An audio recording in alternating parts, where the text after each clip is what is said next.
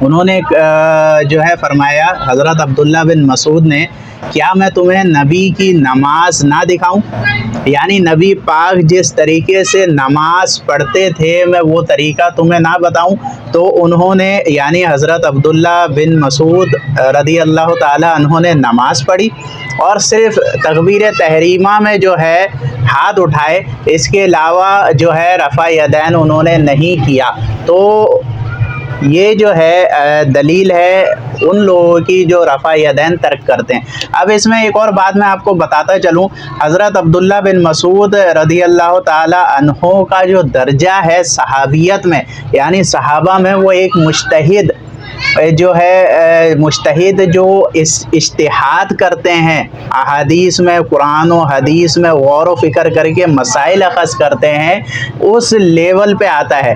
تو اس لیے جو ہے ان کے اس حدیث کو فالو کرتے ہوئے یہ مسئلہ اخذ کرا امام اعظم اور امام مالک رضی اللہ تعالی عنہما نے کہ رفع یدین نماز میں نہ کیا جائے۔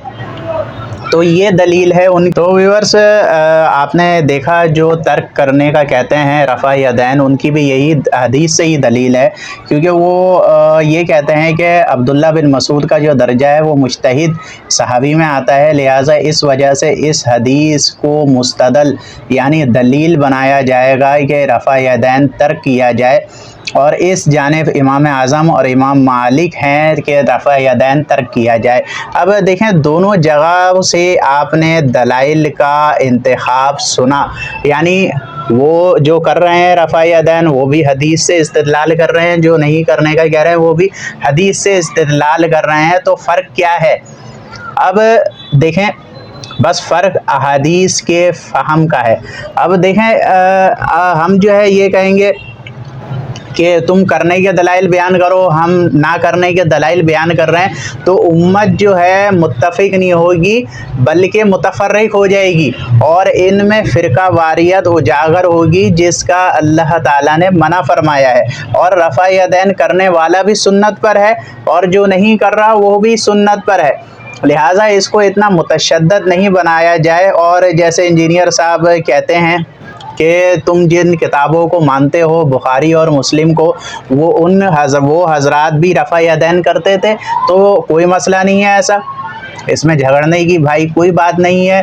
آپ بھی جو ہے علم رکھتے ہو، اگر کوئی جو ہے شافعی مذہب کا فالوور ہے اور اس نے اگر حدیث کی کتاب لکھی ہے اور جو پڑھنے والا ہے اس کا وہ حنفی فالوور ہے، اگر وہ پڑھ رہا ہے تو اس میں لڑائی کی کیا بات ہے؟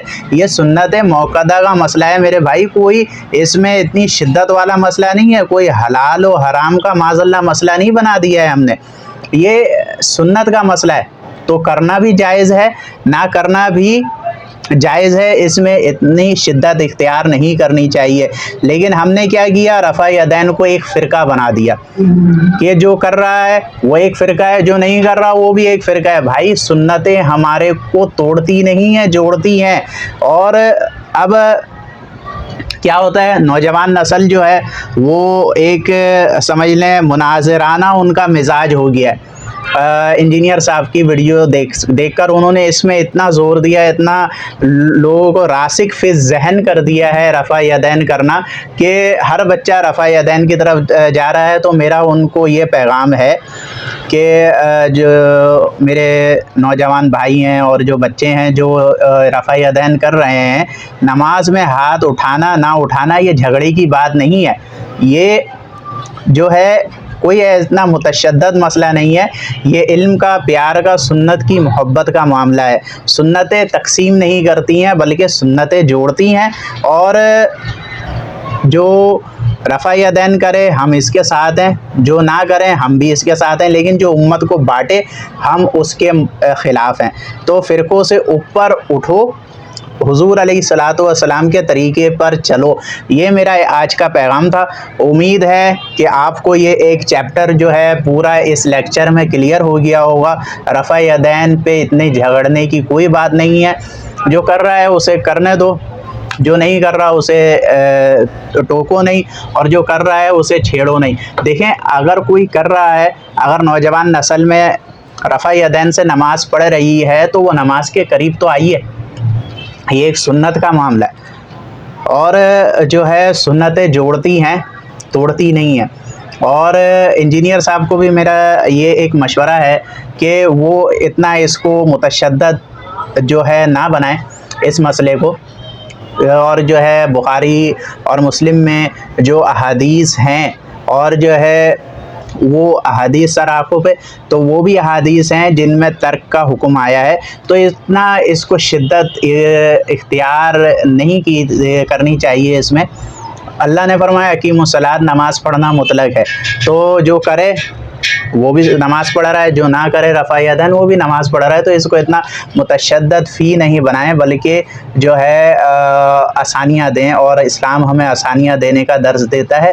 تو امید ہے آپ کو یہ پورا لیکچر سمجھ میں آ گیا ہوگا۔ انشاءاللہ نیکسٹ ٹاپک میں ایک نئے انداز سے ایک نیا جو ہے موافقت فی الدین لے کر ہم جو ہے مسئلہ لے کر آئیں گے انشاءاللہ۔ نیکسٹ لیکچر میں ملاقات ہوتی ہے، اور آپ کو ہماری ویڈیو اچھی لگیں تو لائک کریں، شیئر کریں، کامنٹس کریں، اور ہمارے چینل کو سبسکرائب کریں، اور ہماری ٹیم کی حوصلہ افزائی کریں۔